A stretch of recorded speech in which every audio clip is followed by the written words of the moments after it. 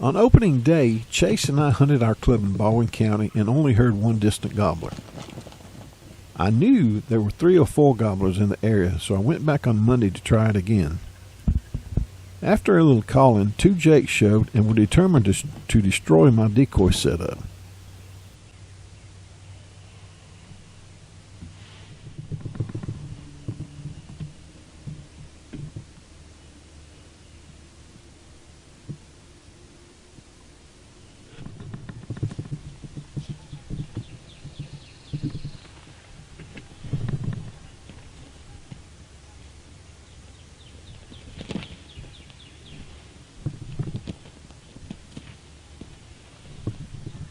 Not long after I started calling again, the same 2 jakes returned.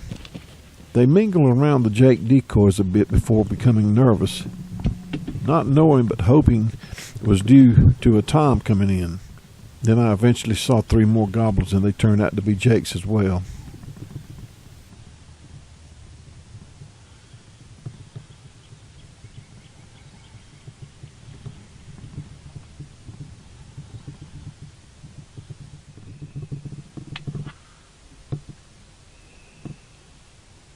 These 3 skirted the plot but never confronted the decoys. After nearly an hour, they left.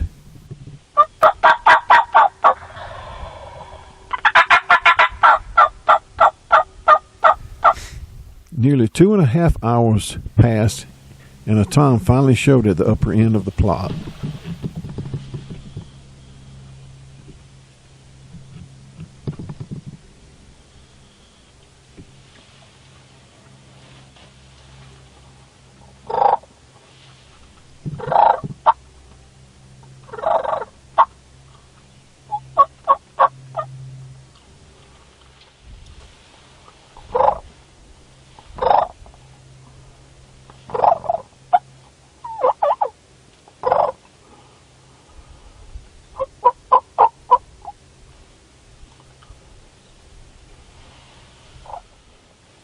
It took quite a bit of coaxing and soft calling to get him to come into the setup.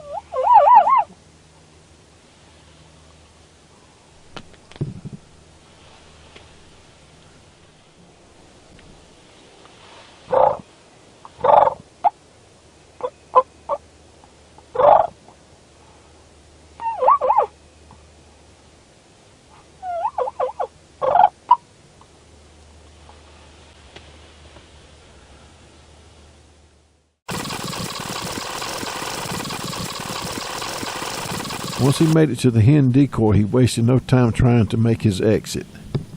He wanted nothing to do with the jake decoy, so as he turned to leave, I took the shot.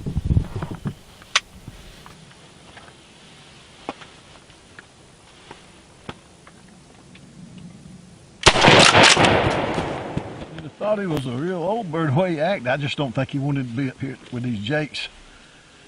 He's had his butt whooped probably time or 2, but first bird of the season, unsuccessful in Florida last week, so it's time one hit the ground.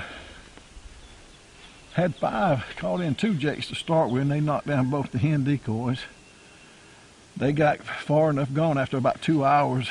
I got up and went out, I crow called, and I heard one far enough away. He was 300 or 400 yards at least, and figured he was far enough away to get out and straighten up my decoy, so I got both the hens back up and got back in the blind. As soon as I started calling, the same 2 come back, and they got nervous and starting to run off, and I knew something. I didn't know if it was a gobbler or what it was or somebody, but the other 3 jakes come out.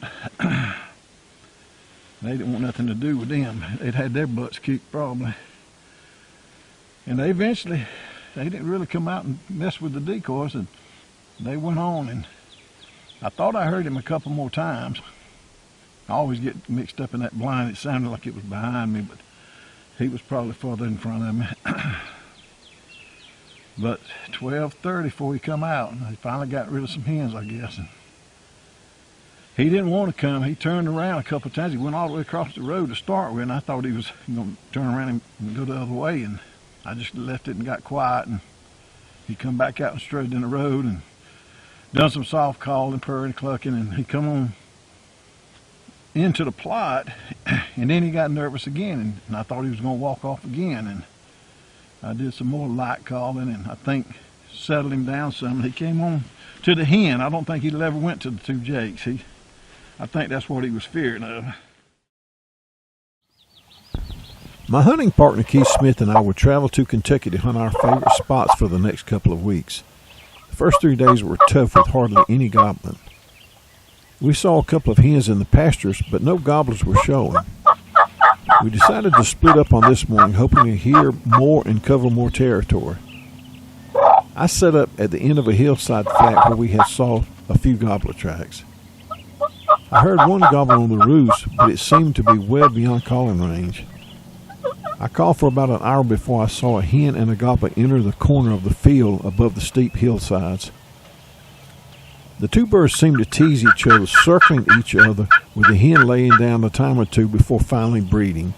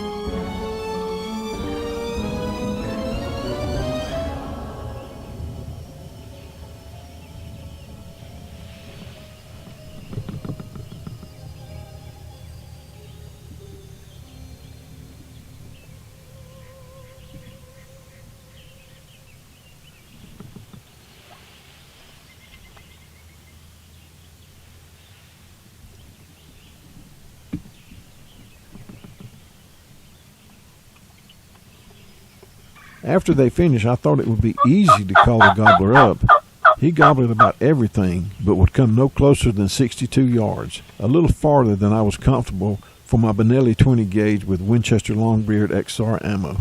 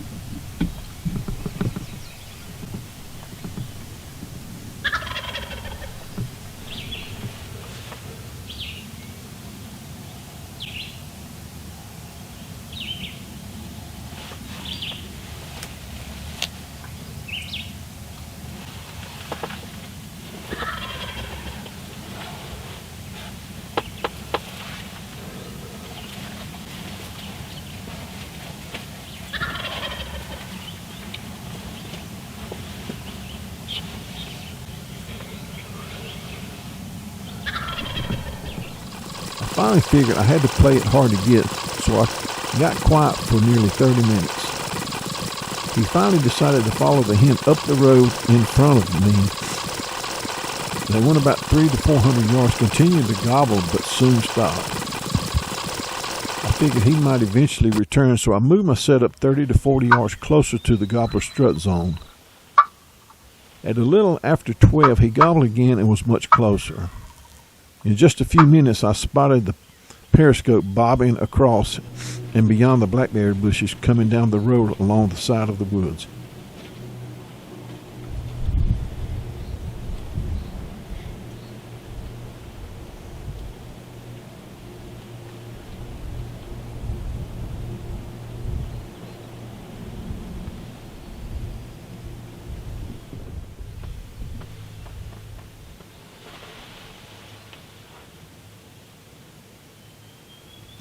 As he neared the opening, he finally spotted my decoy hen. He stopped and surveyed the situation. He was not strutting, so I wasn't sure whether he was going to come far enough to shoot or not.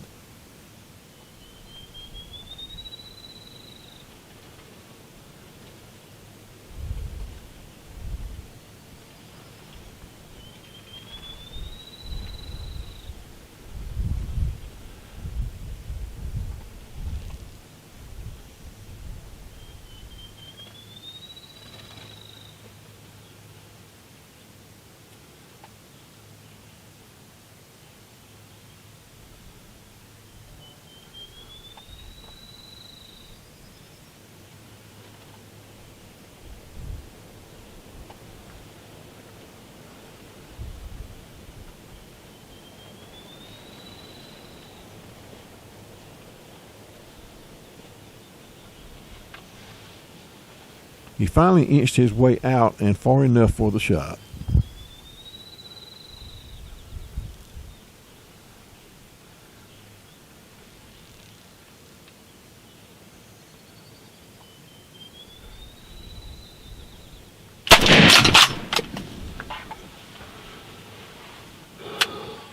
Ooh, some of these Kentucky birds are tough.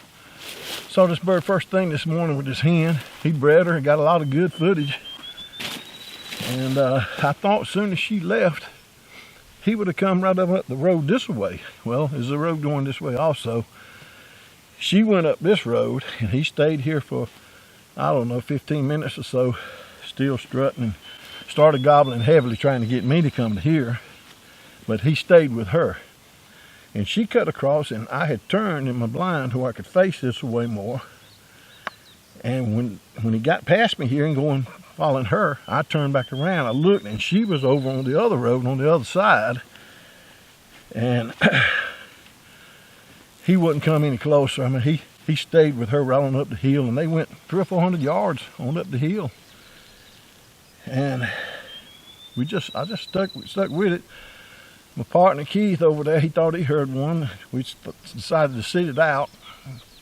And I don't know, it's after 12. It's 12:30 now, so I didn't kill him to like 20 after 12.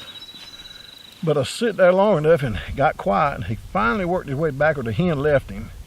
And he gobbled again. I could tell he was close. He was back to within about 100 yards, but he was up the hill. I called, and he'd answer about everything, but he wouldn't come. So another hour passed, and he gobbled again at a plane or something.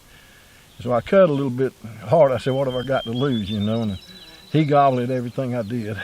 And he inched down here, and I don't know how much footage I got, but he was cautious. He got right there where he could see the hen, and so saw she wasn't moving. He almost hung out. I started to shoot where I was at. It was through them edge of those blackberry bushes, and I said, no, I said, I think he'll come on out. If he hadn't, I had a spot opened up where he first come through that I could have shot, I think. But he's a heavy bird, you know, 9 or 10 inch beard and inch spurs. Blessed to kill one finally in Kentucky. It's been tough so far. Keith had heard a gobbler on the previous hunt, which had stayed under the hill but much farther than where he was hunting. We elected to hunt a small opening where I had killed a gobbler a couple of years previously on this morning. At the break of day, we heard 3 or 4 gobbling across and up the other hillside. Not knowing whether they would pitch across or not, we called to sound like more than one hen and waited, only answering their gobbles occasionally. After things became silent, we suspected that they were either coming or had just gotten with hens. Suddenly I caught a glimpse of them to my left. I couldn't move the camera as they were coming up the road we had set and directly toward our blind. The decoys were down the hill, but they finally came far enough to see them, which was all it took.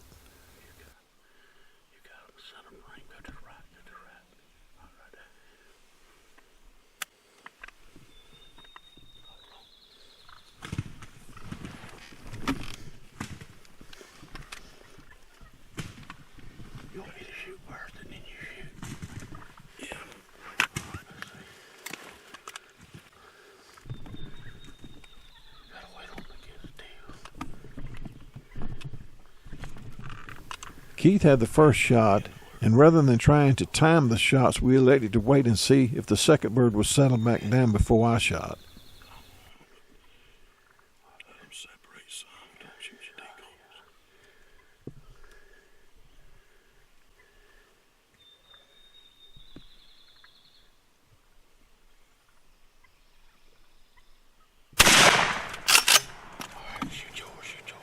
Instead of pouncing on the shot bird, the second gobbler came back to the decoys to stake his claim. I took the shot, and we had made quick work of a couple of nice gobblers. Yes, sir. Thank you, Jesus. That bastard ain't finna go under that hill and briars and stuff. That didn't take long. It's been taking, has it? Oh, you sure did. Congratulations. We got my mouth call in my mouth. Hey, old Fowler, excited. What is that, the cut-sided hen? Yeah. Extreme cutter. Yeah. They both decent birds. Yeah, mine felt like he weighed 19, 20 pounds.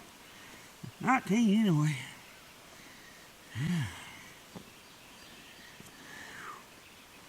Boy, we thought, and I guess they still was across that road, but they must have come to, If they wasn't, what's the road, 400 yards? 400. The road that goes up through the hollow here. Yeah. 400 yards, and they wasn't too far. I guess they was 200 or 300 yards on the other side, but it sounded so much closer with them. Yeah, with them straight across the ridge. He was He was screaming, boy. He sounded closer than the one I killed, and I was watching the one I gobbled on the first one. Yep. Derek's tagged out. I got one more, and we got... Get one more, and we got to make a move, buddy. We may have to go to Virginia and hunt public. That'll be all right. Yeah, see, he got a little bit of a... Yeah, he wore it off and ground it off. Still about an inch there. And then a half inch or a little better, maybe. Sharp, though. Derek's is dark and longer. I tell you, I looked up to the left. I didn't expect them to come from that way, but apparently we kept thinking they were coming down the hill. And eventually, apparently they did. And I thought I heard wings one time, but these buzzards have been, it's a bad, it probably was them. I looked up and there was a red head right there in the road. And I said, if they come at that road, we're in trouble. Well, there's a transmission line down under the hill. And right about in here somewhere, it crosses over to that ridge where we think they were roosting. And they may be fooling us. We ain't used to these mountain birds. They might have been right over the hill, or on this ridge and sounded. But either way, there's a road that goes down through yonder real sharp, deep. And they came up that road bed, and we thought they was going to come right in the tent, and they finally folded up and come off this hill behind us. They didn't see this decoy until they got right on up When there. he seen it, buddy, it was over. It was close to coming on up and not seeing it, because if it ever got by it, it was going to be hard. They got within 25 of that tent. That brush probably helped us out on that tent right there. Yeah, we brushed it in a little bit. Just 2 or 3 bushes. But he saw this Jake on top of this hen set up, and that was... Buddy, I mean, he come running that last few steps, and he landed over both of them. He wasn't having none of that. No, he wasn't having that, so he probably meant a mistake, but hey, it's okay. And then they flogged that hen on the ground a couple of times, too. You notice that? Yeah. I don't know, that blind with the way we were sitting, I couldn't see hardly where I'm at. I had the camera way up here, looking over the blind. Right. But it all worked out. They got good beards. I mean, that's every bit of 10, maybe 11. Some of the main part 11. So, well, sit where you at, buddy. Look here.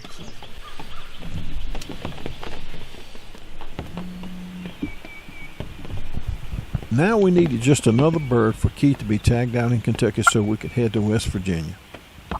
After obtaining permission to hunt, we set up on this rainy morning in a field we had previously saw birds in.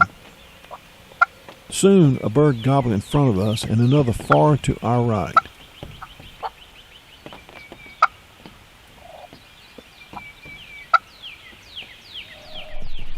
The birds began pitching down in front of us. First, a couple of jakes, then a good tom.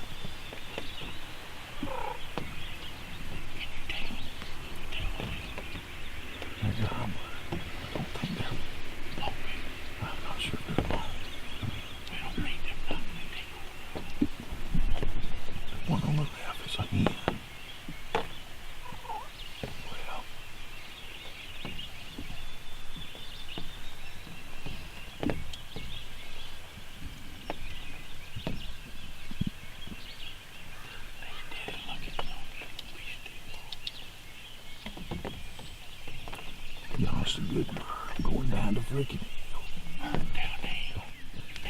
Eventually 2 or 3 more came in with a hen.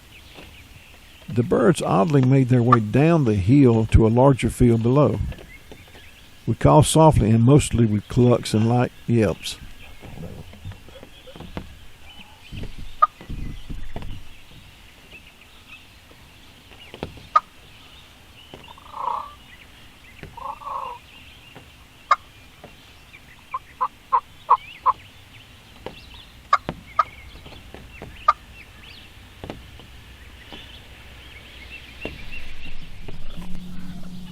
After about an hour, a couple of hens made their way to the flat that we were on.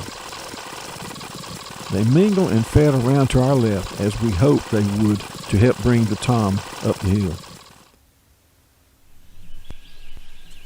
When he finally showed, he was very cautious, moving so slowly toward the first hen decoy.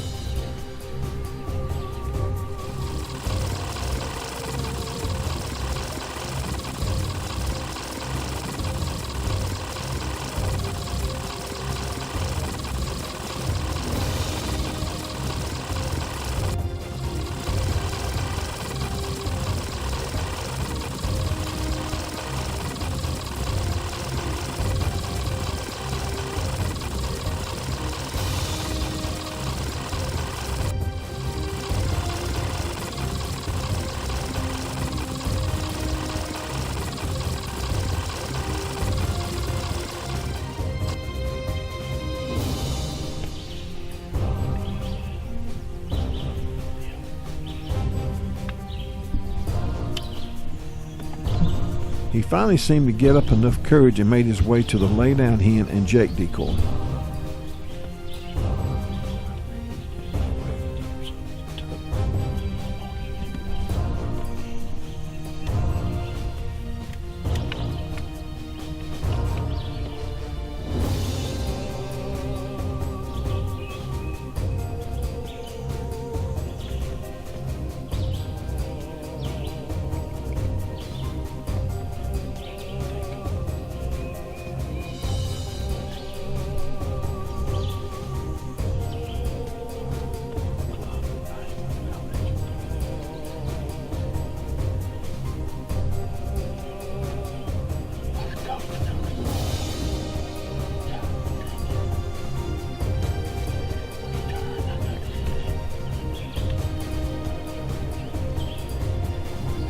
Without any aggression, he started working his way back away, and Keith took the shot.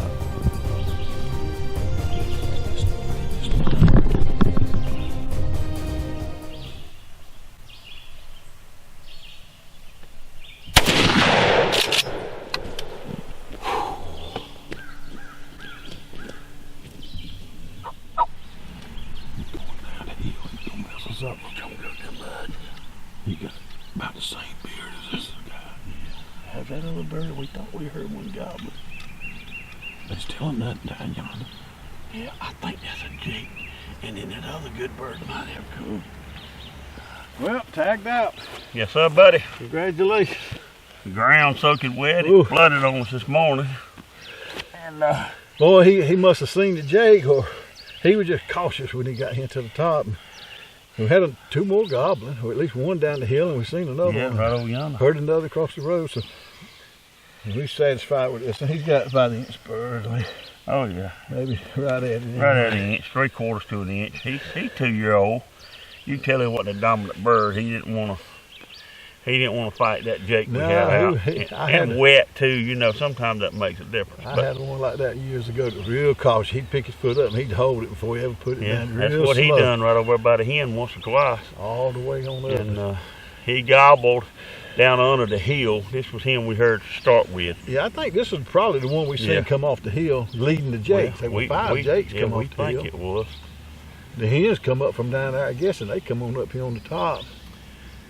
Thought word that they were knock the decoys down, but yeah, didn't really do a lot of cutting and stuff. Just kind of places bird clucking, low yipping, and we knew they was here, and we seen them here yesterday evening, down on that lower edge down there, or either right here. Might have been right here on the top. I think it was right here.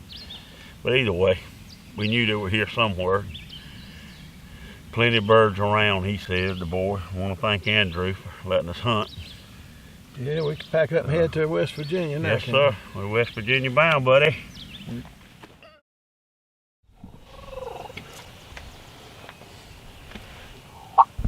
After tagging out in Kentucky, it was now time to make our way to West Virginia. After meeting with a good friend, we were shown a nice field and opening for video that fit our style of hunting. We were set up early this morning and heard 2 gobbles about 1 time each on the roost. We soft called and clucked only loud enough for the birds to hear us.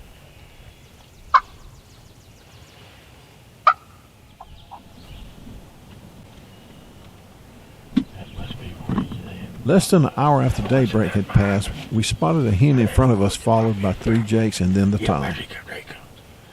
2 of them. 4 of them, 5 of them. Well, all them is jakes. There you go. Run this. Yeah.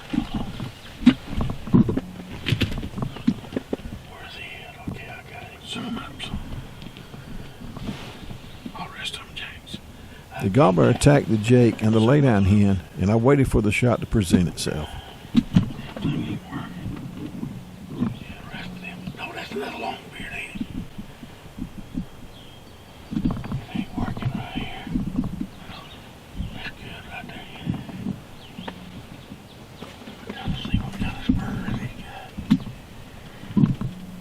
I readied my gun and kind of left the camera pointed toward the shooting zone for Keith to help monitor. I reckon we'll shoot now anyway. Yeah. Hang on, let's make sure everything's the center. Don't bump it because it'll go out. It zooms out.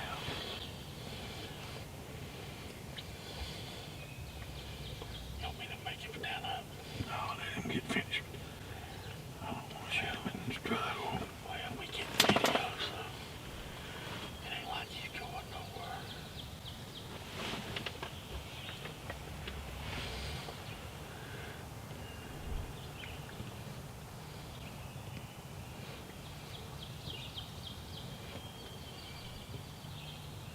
We're going to have to fix the freaking decoys back.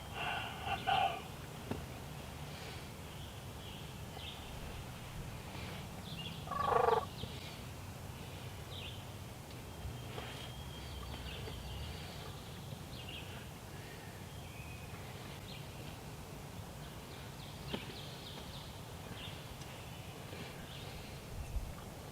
Yeah, that's him here.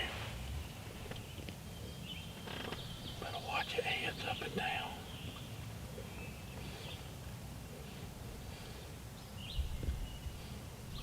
Yeah, there you go. Finally, I decided to shoot and Ready? called to get him to expose a little more for the shot.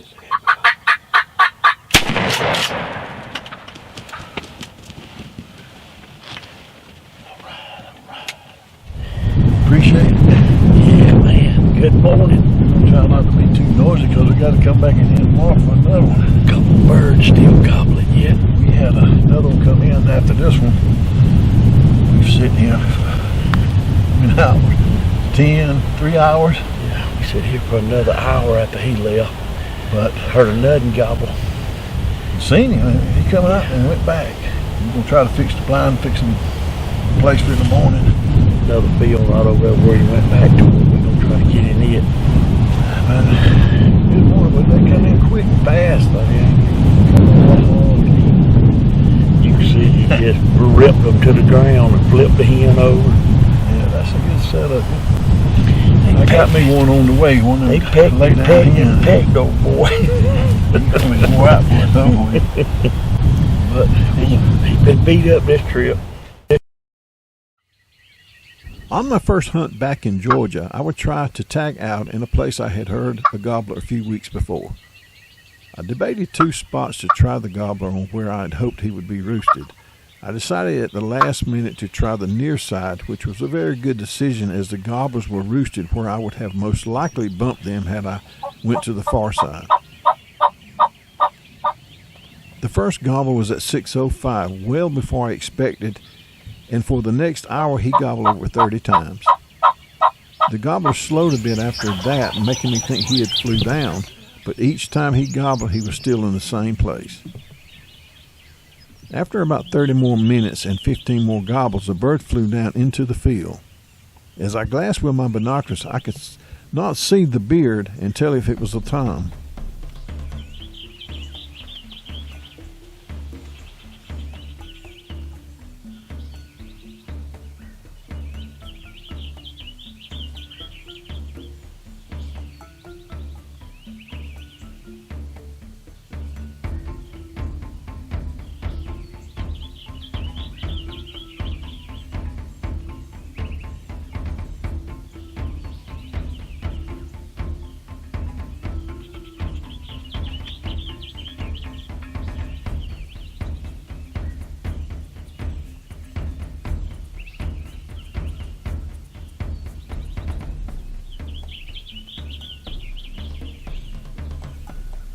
Shortly after, another bird flew down in the field next to him.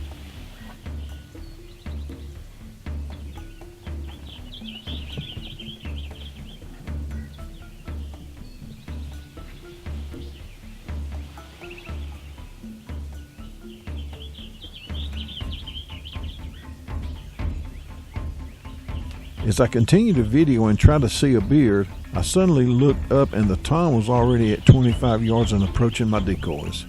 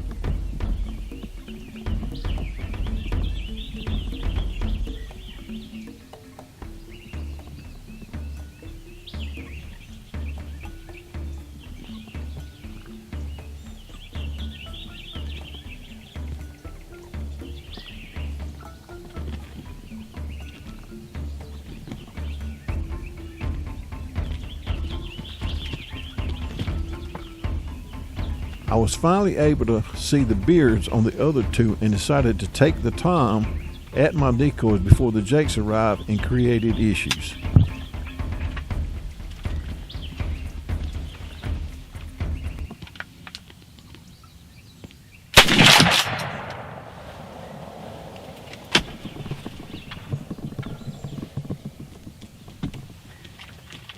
Well, this tags me out in Georgia. He's a good bird. I don't know if you can gauge him by the spurs anymore, but he's got about 1-inch spurs, 10-inch beard. But I want to thank David Cook for letting me hunt over here. I think I'll be using my new lay down avian. She's an addition to the flock that I ordered and got her yesterday and put her to use this morning. Sometimes a single bird like this don't take too much when it's just a single jake. I've always used 2 jakes, but with it over the hen, the lay down hen like that, it can be a good setup. We've done it in the last few hunts and had a lot of success with it. Anyway, we set up here before and saw a hen. I said, well, they coming out here, so maybe late in the season, if I didn't hear nothing, it'd be a good place to sit for a while. But he gobbled at 6:05. It was still early. And before 7, he was still in the tree, sounding like he had done gobbled almost 30 times. He gobbled about 3 times. And when he finally flew down, I saw the one that flew down and kept my eyes on him, and I think that he had done flew down. The other 2 were jakes. And I kept watching them, and I looked up, and this one was already to the decoy coming around the road. I think he flew down behind the tree there where I couldn't see him when he was coming in. But anyway, the jakes were coming, and at that time I couldn't tell that they were jakes, so I kind of waited. He'd already got to the decoys here, and I saw with my binoculars that they were jakes, so I went ahead and shot him pretty quick before they got here and created a problem. So, but late season in Georgia, they haven't gobbled good here this year. Nowhere that I've hunted actually, and it's good to tag out in Georgia for a change. We just got back from Kentucky and West Virginia and done well up there. So looking forward to going with other people now for the rest of what we got left. But proud and blessed again.